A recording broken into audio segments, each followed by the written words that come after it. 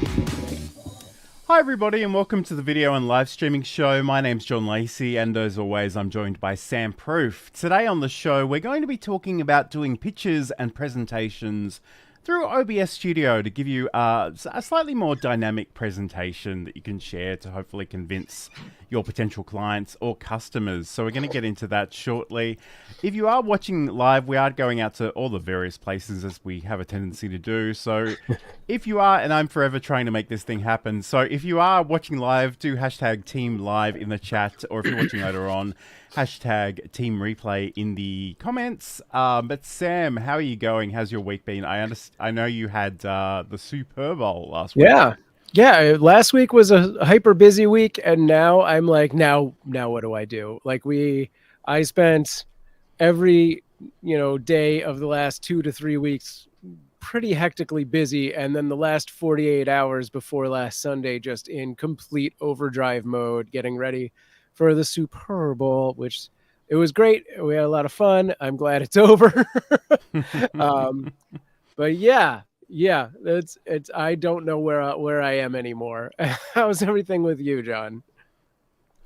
I'm doing okay. Again, it's been a very, very long week and the weather's been all over the place here in Australia. Like it's just been raining and then it's been like 40 degrees Celsius the next day. It's shaping up to be quite a hot one here today as well. So, it's been a very strange week, but we just do what we can and we try to show up here and talk about things we want to talk about. So let me just check in with the chat for a second. Hello to Saeed, the facilitator, who's watching on YouTube. I say he's watching on YouTube. There's a good chance he's watching on LinkedIn and commenting on YouTube, but that's a whole other thing to discuss another time. And hello to Business Growth Ready, who's watching from Birmingham in the UK, where apparently it is night time through the wonder of time zones.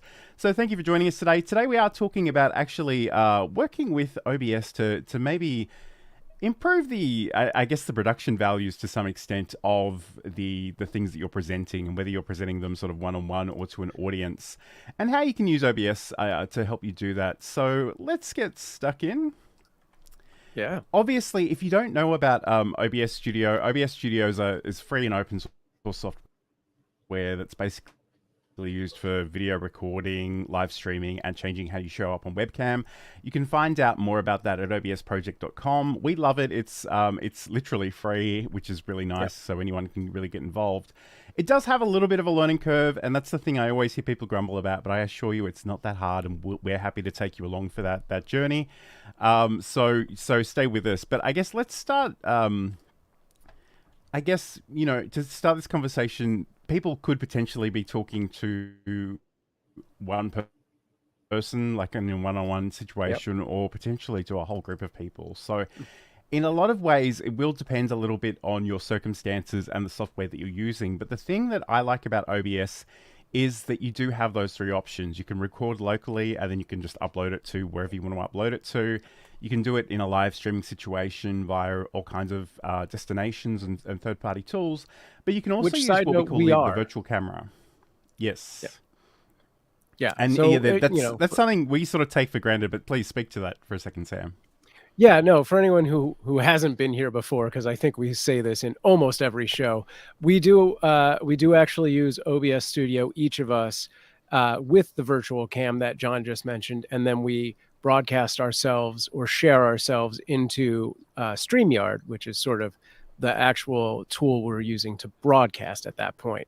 But yeah, so for all intents and purposes, OBS then becomes the webcam that StreamYard is pulling from, and we can do more dynamic things within our own squares on this broadcast through OBS. Like John has this watermarked bug that you'll see in the lower right-hand corner. He's also doing chroma key. That's part of what he's using OBS to do. We could throw up elements on screen and stuff like that. I can bring up pieces of chat and whatever on my, experience there because of OBS. And we're going to talk a lot more about that throughout this particular show. Absolutely. So I guess, and Sam sort of alluded to some of the benefits right there. So in a lot of ways, I do love the ability to show up branded, and that's the challenge that I have all the time is that kids playing games and streaming their gameplay know what this is and they're not scared of it. But for me, I think there's a real opportunity for business professionals, and I'm always pushing this on the business platform, which I won't name anymore because their trademark lawyers have been reaching out to a lot of people lately. So, but I think it's a great opportunity because you can sort of incorporate your branding. You can actually show people the product in action. You can sort of give screen demonstrations if it's software. You can actually have quotations and case studies and actually build them within the frame of the video camera. Yeah. And in some ways, the great thing about the virtual camera is that you can share that with all kinds of software, whether it's Zoom or Microsoft Teams or Google Meets or StreamYard or Restream Discord or chat, anything. But almost anything that supports the use of a webcam, because it literally becomes sort of a software camera on your computer, and you'll go in and choose that from the list of options that you have available to you. And at that point, like it kind of makes, like if you build a presentation out in a scene collection, that way you can actually give that presentation to a whole bunch of people in a whole bunch of different pieces of software without making a lot of changes. So if maybe you have to give your little TEDx talk to one person to get the approval in the first place, and then you're good to go or whatever, and then you can use that same collection of things to actually use it. And again, I feel like we're always talking to the converted when we talk to the facilitator, but he is saying I OBS lootly. I think that's a pun on OBS, and absolutely. Yes, absolutely. Believe in the power of the virtual cam. Can't recall the last time I used my raw cam in Zoom or elsewhere. And again, for me, like there's literally nothing attractive behind me to share. So I always have this level of deception. And again, sometimes, and Sam is laughing because some mornings the chroma key works really well, and sometimes it's a bit of a headache. So it's probably not for everybody. But the great thing is you can sort of have all those elements sort of pop into the frame. Yeah, and I think Saeed is a fantastic example of someone who utilizes that specific ability of OBS. Like he does just time and time again on his LinkedIn, will throw up a video or a GIF of him doing something that is everything we're about to talk about. And he does it great. And I know it's very late his time, but I think we're going to have to drag him on the show one of these weeks. So we can talk about that a little bit. That would be awesome. So I guess the thing we do need to let you know, though, is that the virtual camera is very much just for visuals. Your audio will be handled separately. So in a lot of ways, that's not usually a problem. You select your camera in OBS, and then you just select your audio device in the software that you're using.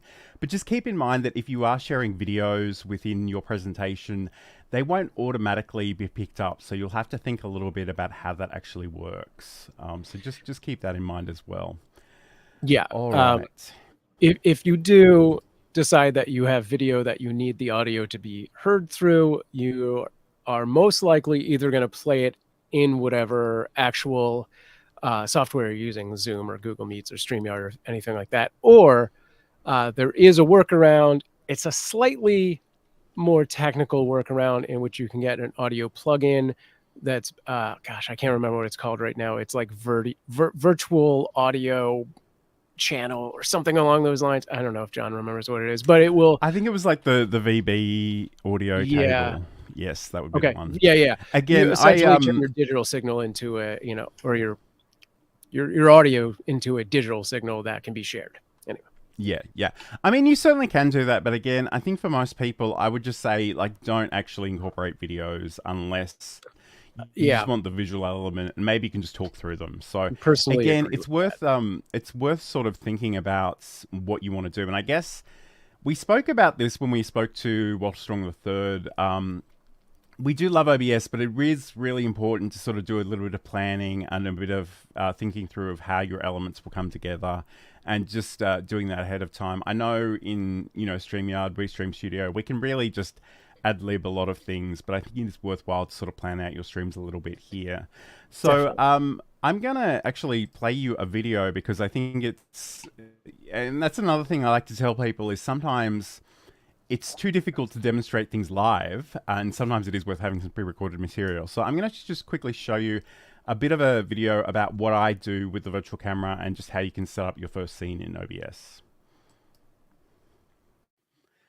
Learn how I go from this to this in any software that supports the use of a webcam via OBS Studio.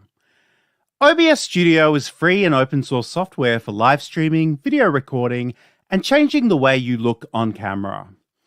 Today we're going to take a look at the OBS virtual camera. In OBS Studio, click the Start Virtual Camera button. In your software of choice, choose OBS Virtual Camera as your camera. Let's build out our scene. To add your camera, go down to the sources, click the plus sign, go to the video capture device. Add a name, click OK, select your camera from the list, adjust your settings.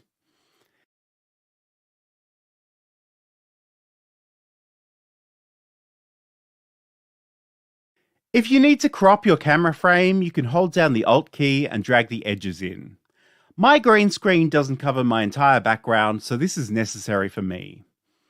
If you're using a green screen, you can right-click on your camera source, go to the filters, add a chroma key filter, and adjust the settings. We can incorporate branding elements via images and text. Let's add a background, a logo, and a promotional image. Go to Sources, hit the plus sign, go to the image, locate the file on your computer, and click OK.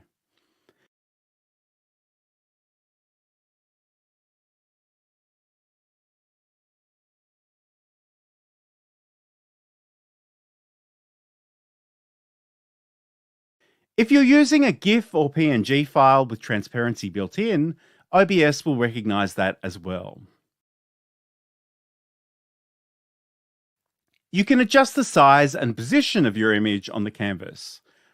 Right-clicking on a source on the canvas will give you a contextual menu with a bunch of helpful options in terms of repositioning a source as well.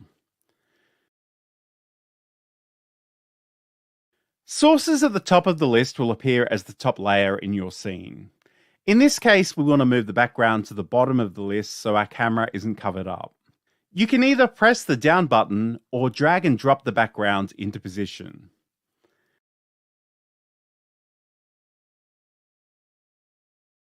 To add some text, click on the plus sign and select Text GDI+.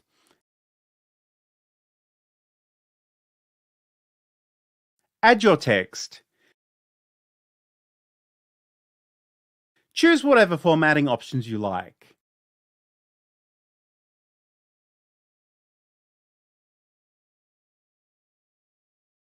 Click OK. You can now resize and reposition your text.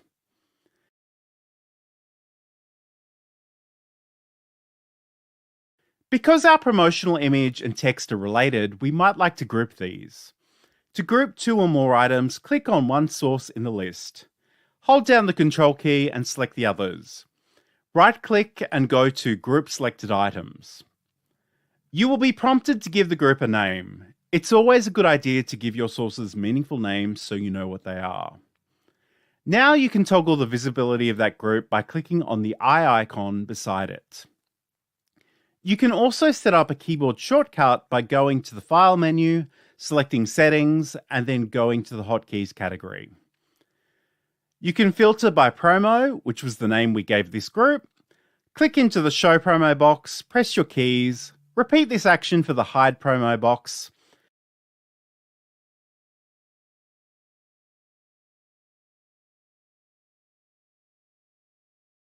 Now when you want to toggle the visibility, you can do this via your keyboard. Bonus tip, if you have an Elgato Stream Deck, you can also set up a button for this as well. For more OBS Studio tips and tutorials, subscribe and ring that bell.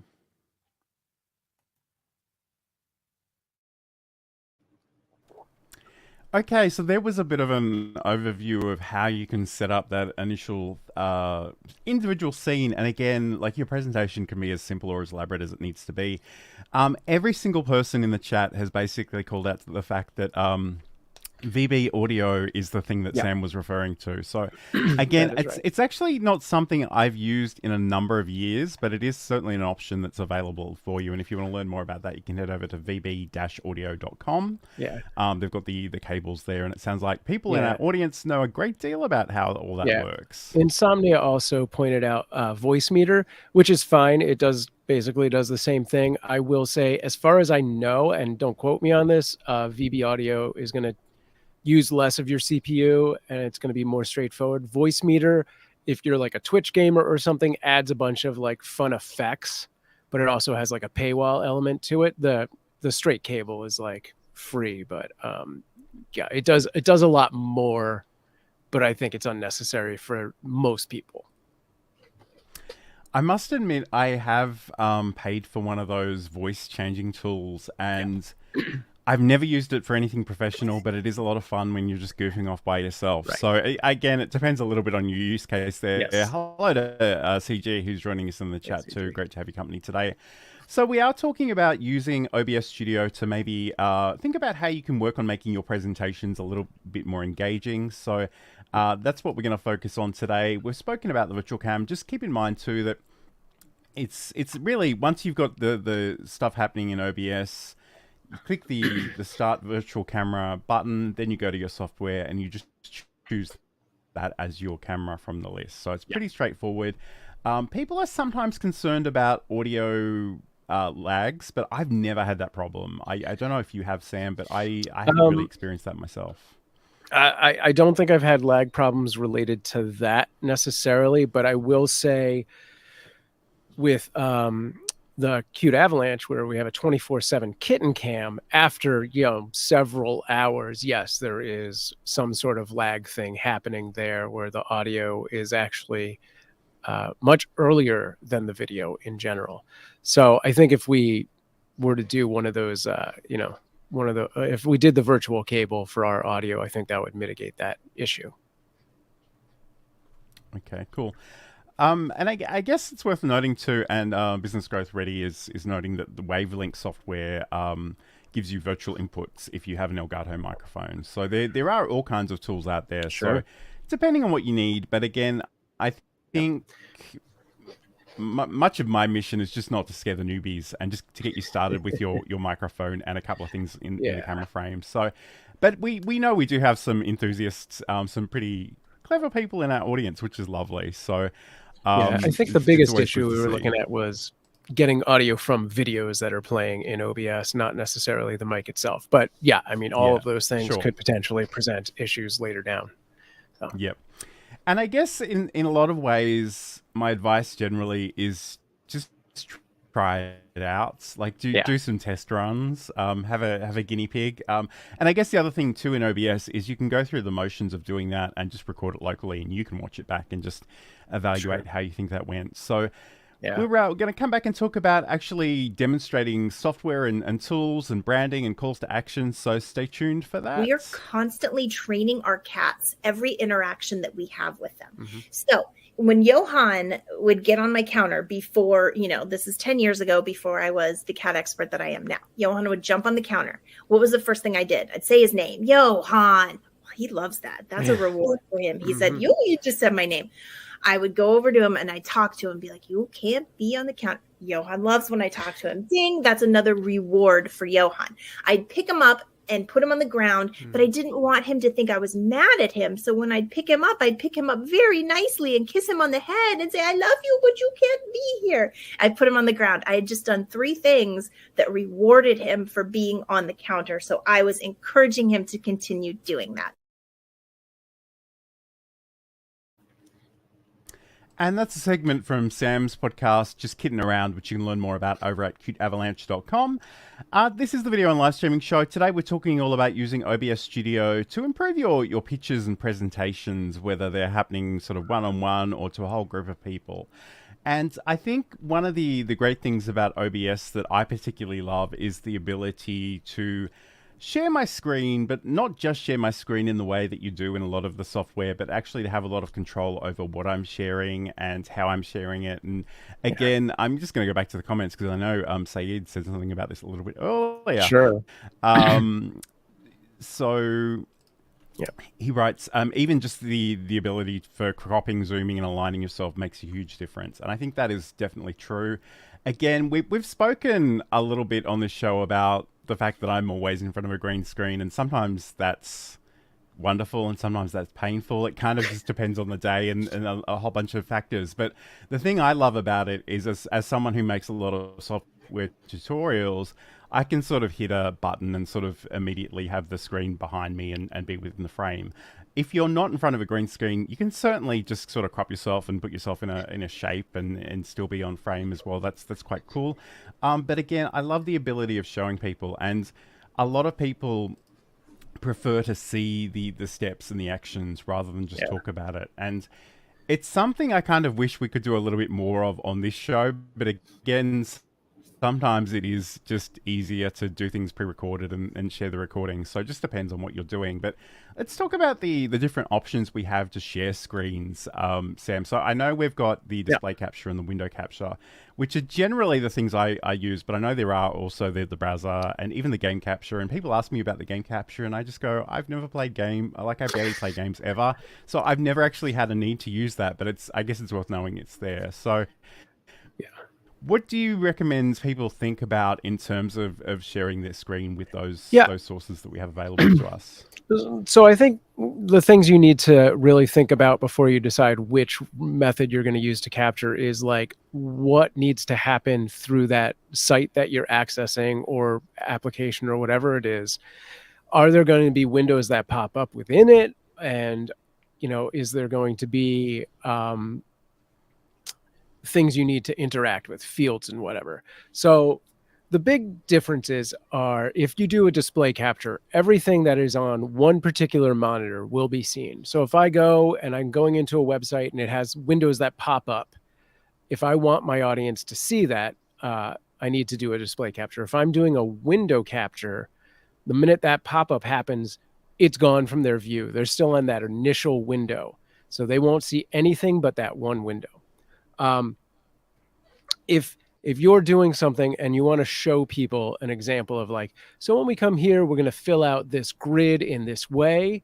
So you could get away with doing that in a display capture or window capture scenario as well. But if you do it as a browser source, you can, on OBS itself, go in and you right click, you hit interact, and you just go through it there. And the big difference may be how the software that you're broadcasting to brings it in. Sometimes a display capture or a window capture will get like down-resed or pixelated, and the browser source might be a better way to go about it. And that's something you may just have to do and test on your own. I don't have a definitive answer to like, this is going to be the way to do that without it getting, pixelated.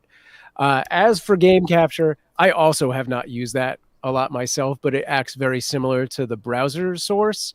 But it just does it for games. Sure. And it's funny in some ways, and because I've been in a lot of meetings, a lot of video meetings where people have accidentally shared the wrong thing. Right. I'm a big fan of having multiple monitors and just making sure that there are some things that are always on the monitor I don't share. And I need to take a photo of this, but I'm always self-conscious of the fact that my cabling situation on my desk is just a nightmare, and it's embarrassing, and I don't want anyone to know. But essentially, I have a horizontal monitor.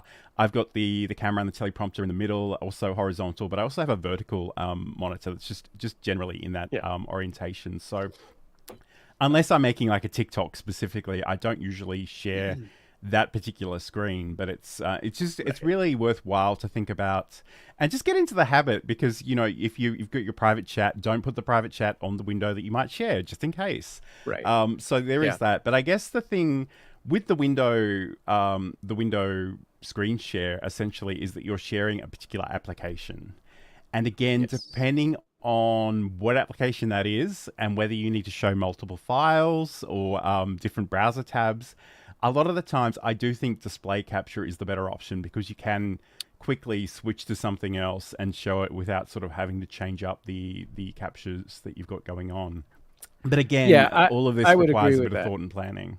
Yeah. Yeah, I was going to say, I would agree with that, provided you have a dedicated monitor and you know that you don't have any private information on that dedicated monitor. I would almost always go display capture. Yes. And again, I think that's a great call out, because I think in some ways people, when they start going live, they're really worried about saying the wrong thing or looking dumb. But truthfully, I think the bigger risk in a lot of ways is unintentionally sharing something you didn't want to share. Yes. And if there are, like, if you are demonstrating software and you have to do something and it shows, a stream key or a password or some private information, it's probably a much better idea to take a screen capture of that as an image, blur out, obscure, whatever you need to do, and then share that image as part of the presentation. Because I think, you don't want to be worrying about that when you're already sort of concerned about how you're communicating to the person you're talking to, or the people that you're talking to. So again, like, don't leave that stuff to chance. If there is any sensitive information, be very, very cautious about the way you share that. But again, like a lot of the stuff I do, it's just literally sort of sharing software demonstrations. And again, that's a really simple thing to do in OBS, and I can have a scene that is just sort of sharing my screen.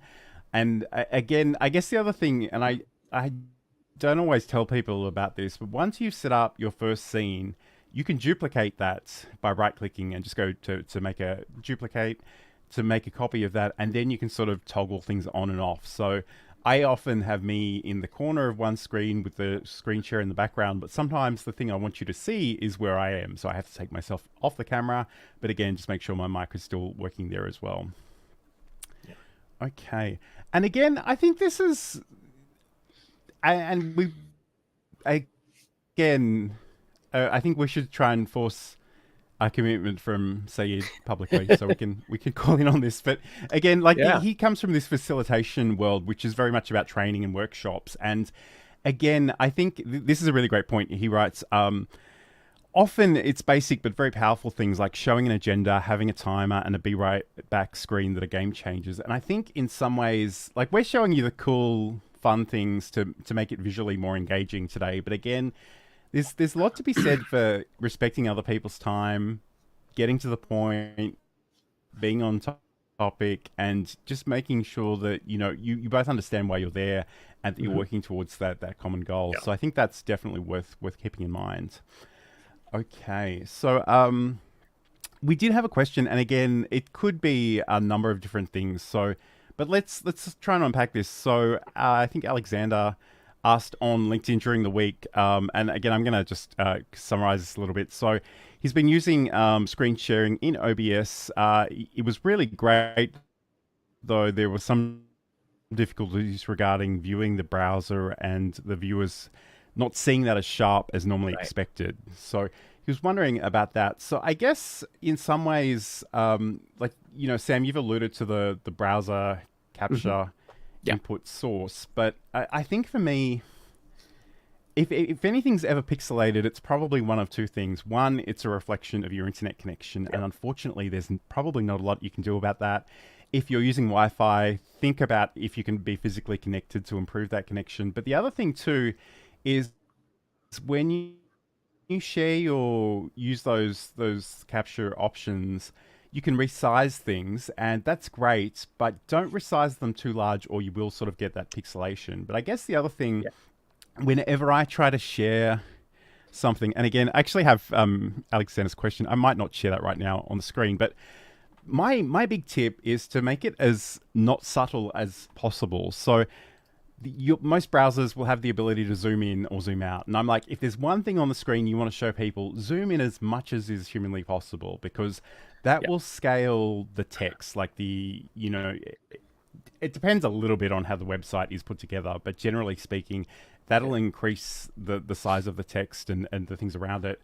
And that's often a really good way to just make sure that that's really large and really obvious. But I'm curious if you've got any other thoughts on that, Sam.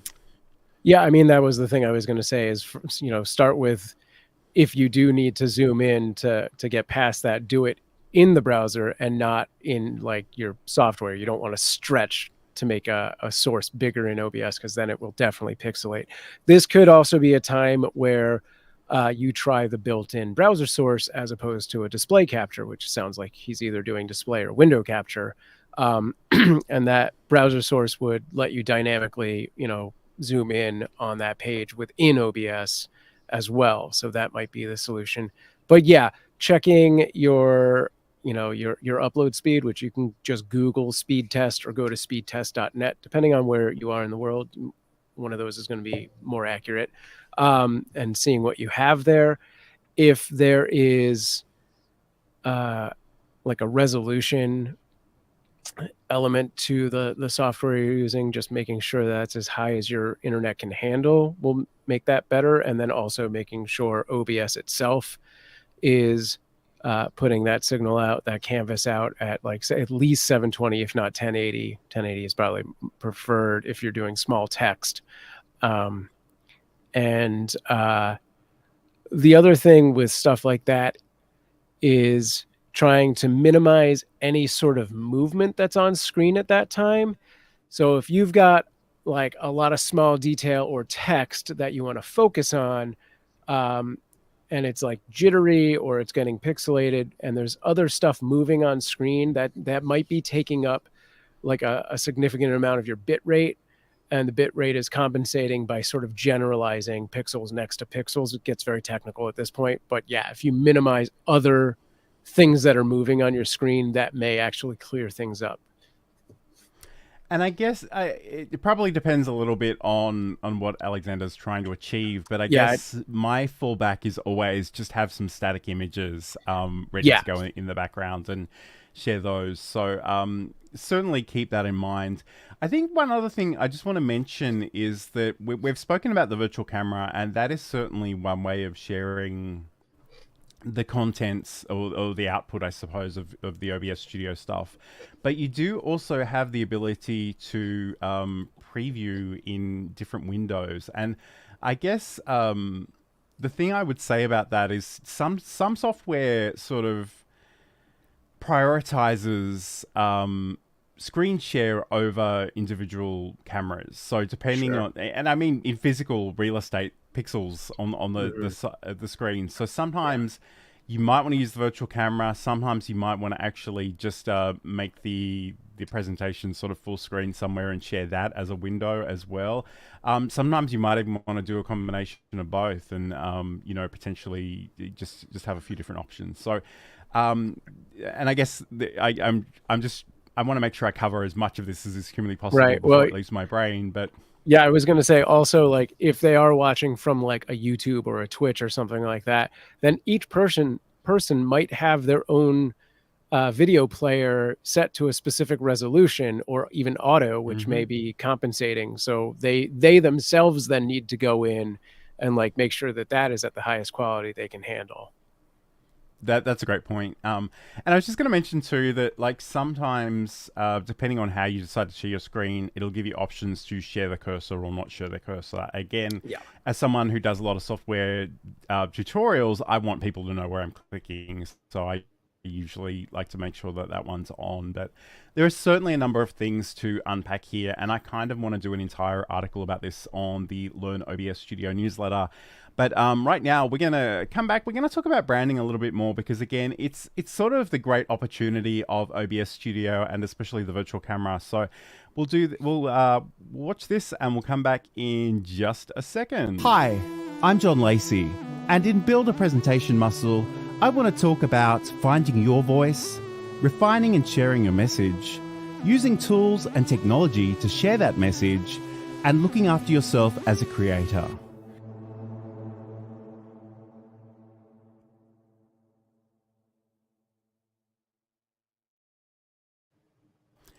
And that's just a promo for my podcast, Build a Presentation Muscle, which you can watch on YouTube and YouTube Music and Spotify and Apple and all the various places. But if you want to find links to all of that, you can head over to johnlacey.com. Okay, this is the video on Livestreaming Show. Today we're talking all about how you can up your presentation game or your pitches in OBS Studio across a whole bunch of different applications and pieces of software. So we've spoken about the virtual camera. We've spoken about sort of demonstrating software in particular with the screen share capabilities. But let's talk about actual visual branding. Because I think in a lot of ways, this is a great opportunity. And again, it's not massively difficult, and it doesn't really matter if you've got a green screen or you don't have a green screen. Like, especially for me, like, if you're an author, the ability to press a button on your keyboard or your Stream Deck and have, the artwork of your book physically appear behind you, and maybe a QR code or some information about where people can get it. It's a great opportunity to think about how you're showing up visually, not just across video and live streaming and video calls, but I guess across the entire internet. So, Sam, obviously you've got a number of different projects that you work on, and I know they all have their own sort of brand aesthetic, but what do you think people need to think about in terms of showing up visually and being consistent and, just being known in that very visual way, I suppose? Yeah, I mean, the almost the first thing I do when I launch a new product is spend my time just creating sort of a style guide and a master doc, which, gives me things like, these are the colors I like. This is the entire palette. Here are the, CS hex codes and whatnot. And these are the fonts I'm going to use. And really what you want to be looking for, because you're dealing with like online stuff, is fonts that are going to show up really well either on a television or on a phone. Like, I personally stay very far away from any kind of cursive or flowery fonts because they're only going to work at one size pretty much. They're going to be like a 72-point font, and you'd better be on a desktop or you're screwed, because too big, it's going to look weird. Too small, you're not going to see anything. So I stay away from anything like that. I like, and to each his own, you do what you want, but I go for a sans serif and a thicker font than most people probably go for. I like a lot of the Gotham fonts, so the Arial blacks, those kind of things. So there's other people out there who have put out entire guides on like, these are the 5 fonts for YouTube or whatever, and you can find those, and I think they're very helpful. But definitely spend your time looking at that. And along the lines of colors, you want to make sure that your colors are, complementary to each other and not crazy, what is it, red on blues, where it like jars the eye. You want to, find things that work together and put those in a list, put those in one place where you can find all of that information. So when you go to make the next thumbnail or slide or presentation, you're not starting from scratch going like, what's a good font for this? No, you have those there, what they are, and everything can just be the same. So people will recognize after a while, like, oh yeah, purple and orange, that's this, or like it's a muted palette of blah, blah, blah, like Cute Avalanche has its own very specific palette. And then within that, the podcast itself has a palette that is based on the original palette, but they're all more saturated. So it is, a mod of a brand. And even sort of once you've gotten to that point, even to the point where you're making slides and presentations, you then create sort of templates of like, this is how I'm going to show this type of information. Anytime I do graphs, it's going to be this header, the graph will be here, another image will be here, whatever it is for you. Spend those times making mock-ups, and the more time you initially spend on this, the less time it's going to take you in the future to completely do new ones, right? Because you'll have those ones to, fall back on. It's essentially a copy and paste mentality, but you're just putting it, forward first.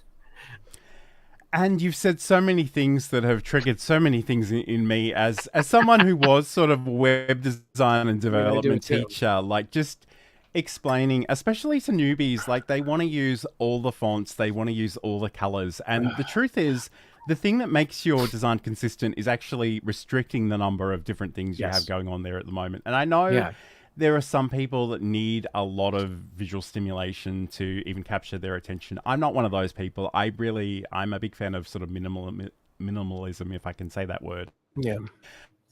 But again, you talk about the cursive fonts. It's diabolical the way people use those. And I even saw earlier in the week, somebody had printed something on a truck, and I stared at it for 5 minutes before I worked out what it actually said.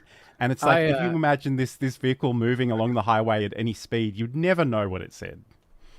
I got to tell you, this is unrelated to web and stuff, but my wife bought something from a grocery store that had its directions. This is how I'm cooking your food. And it was in a handwritten font at 8 point. And even with my glasses, could barely make out what I was supposed to do. And I was like, who got paid to do this? And who approved this? This is the worst thing I've ever seen. It was so stressful. So yeah. I wanted to add a note how these things. Yeah, go on. I was just going to say, I neglected. You go ahead. Yeah. I neglected to say one thing is when you finally picked out your color palette and your fonts and you've got a logo, you're probably going to have at least one logo, if not a few images you use repeatedly. Look at them on both a light and a dark background, because so many people nowadays are using dark mode and some people still use the, not dark mode. So you definitely want to see how they look on those screens. Absolutely. And I just wanted to bring up this comment from Saeed. There is also such a thing as overbranding. If your virtual camera looks like a 90s website, it is probably too much. And again, from my teaching days, I had this example, and I'm not going to share it with you, but it literally popped up on my Facebook memories earlier today. And it was for a local Asian grocery store. And they had this reoccurring background image of their shelves, which just repeated for the entire website, and every element on top of it had a bit of transparency, so you could literally not even see the products or read anything. It was so awful. And again, a great thing about that was that I could go into the developer tools and remove that image, and instantly it sort of became 60% better. So in a lot of ways, I encourage people to think about removing things rather than adding things. But I guess the other thing that Sam sort of mentioned was about the use of templates. And I think templates are amazing. I think they can save you a lot of time, but I think it's worthwhile building out your own templates or having a real graphic designer build them for you, because we live in this world, and I don't really want to pick on this particular software company, but I'm going to talk about it. Canva have their templates, and they have all kinds of lovely, pretty templates, but they're not really designed for you or your product. And again, people just go there and they like, that looks pretty, I'll choose that. So every single time they pick a different template, everything looks different. You don't know if you're getting the same content from the same person. And it's not to say that things have to be the same forever. And in fact, there's a very good case for interrupting your visual design style from time to time. But again, there have been times like I've had new podcasts pop up into my app, and I haven't gone to listen to them because the thumbnail just didn't look like the person I would expect them to come from, because they decided to do something a little abstract that week. So again, just keep that in mind.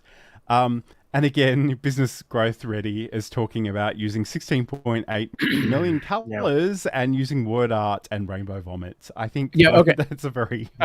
let me add to this. So yeah, to amend what I said about getting your brand colors, I would advise about 3 to 5, right? And 3 of those are going to be the colors you use 95% of the time. The other 2 are used to compensate for either light mode or dark mode, right? So that's essentially how I use my colors. You may find it necessary to have 7 colors. Anything beyond that, and you're just doing too much. Like, it's crazy. Like, those other 2, if you go to 7, are for very specific use cases, most likely. So yeah, 3 to 5 colors is all you should have, and go with that. And along those lines, go on. Along those lines, one filter, one effect. That's it. You neither want to drop shadow or you want to glow. Anything beyond that, you are just being like, look at everything I can do, and that's terrible. And as the person that designs our thumbnails, I'm feeling slightly called out by that, but I will take it as it comes. No, I've seen some crazy stuff out there. I think what you do is warranted. I think everything in our thumbnails is on par, and everything can always be better. I will always be able to point something and go, this should be bigger, this should be smaller, whatever. This should have a glow. But yeah, if I had problems with our thumbnails, I would either say something or do it myself. Okay. And again, like I was just gonna say, like, we will get back to OBS Studio because I guess that's what we want to talk about today. I've done an entire show. Actually, Sam wasn't here that week, but I've done an entire show on visual branding. So if you want to check that out in the archives, you certainly can. But I guess the other thing I just wanted to say in terms of color, this is one of my favorite websites on the web, on the internet. It's 0to255.com, and essentially you can pick a color or you can add your own hex color, and it'll give you sort of all the shades and tints of that color. And I think, you know, sometimes you do need to go a little bit darker or a little bit lighter, and it's a really great way of sort of organizing your colors. So it's, you know, we talk about 3 to 5 colors, but it could be, you know, 4 or 5 different shades of the same color, essentially, in some cases, depending on your style. But let's get back to OBS specifically. So obviously, in terms of the inputs that we can add to our scenes, we've got the ability to add text with the text. And again, I referred earlier in the video to Text GDI Plus. That is actually on the Windows version of OBS. It's a little bit different on Mac. You don't get as many options, but whatever you've got is fine. And the thing that Saeed has said in the past, and I totally agree with, is sometimes it's better just to design, if you're working with a lot of text, design it in another program and just export it as an image and bring it in that way, because you will have a lot more control over that, I guess. But we have the ability to bring in our images. So whether that's a background image or a foreground image or a promotional image, we can bring that in as well. You do have the color source option, which will just give you a block of a solid color. And again, that's great in terms of backgrounds. It's quite useful in terms of even just some visual separation. So like I've done a video in the past on having a slideshow sort of play in the background, but then sort of incorporating a bit of tint over the top of that to increase the visual separation. So you can do that as well. I mean, there are all kinds of things. You've got animated GIFs, but again, Sam, do you have any thoughts on incorporating those branding elements into the video frame? Yeah, I mean, I probably have too many thoughts on this, but you know, I think one of the beauties of using OBS is that you can make a million scenes, right? So you could literally create different scenes to represent different types of slides. When we were talking about branding and sort of having templates for different types of slides, like, you know, your graph would be a different thing. Like, you can make that specifically a scene and thus recreate that sort of dynamically. So as you're doing your presentation, things are moving around. So you have like, you know, your charts over here, I'm over here. And then when I don't need that graph anymore, I basically flip to another scene and now I'm, you know, full screen or whatever. And then we can go to another one where I become picture in a picture and, you know, like a CSV shows up and we can go over the grid and stuff like that. So I think it's great to, you know, sit down and just hand draw out what you think your different elements should look like, what your different slides would look like. And then you can recreate those as scenes in OBS, whether that's adding text or videos or images or all of that. And then how that all sort of flows together. Absolutely. And I guess that's the thing, like, and I've got an entire video on using the slideshow option within OBS, and you can sort of just have one element that'll just go through all your slides, but you can equally create a different scene for each of those and move yourself around within those frames and potentially animate it in different ways. So that's, you know, there are all kinds of things to potentially unpack. Again, I mentioned the color source input. There is also a plugin for a gradient version of that as well, which I think can be quite useful as well.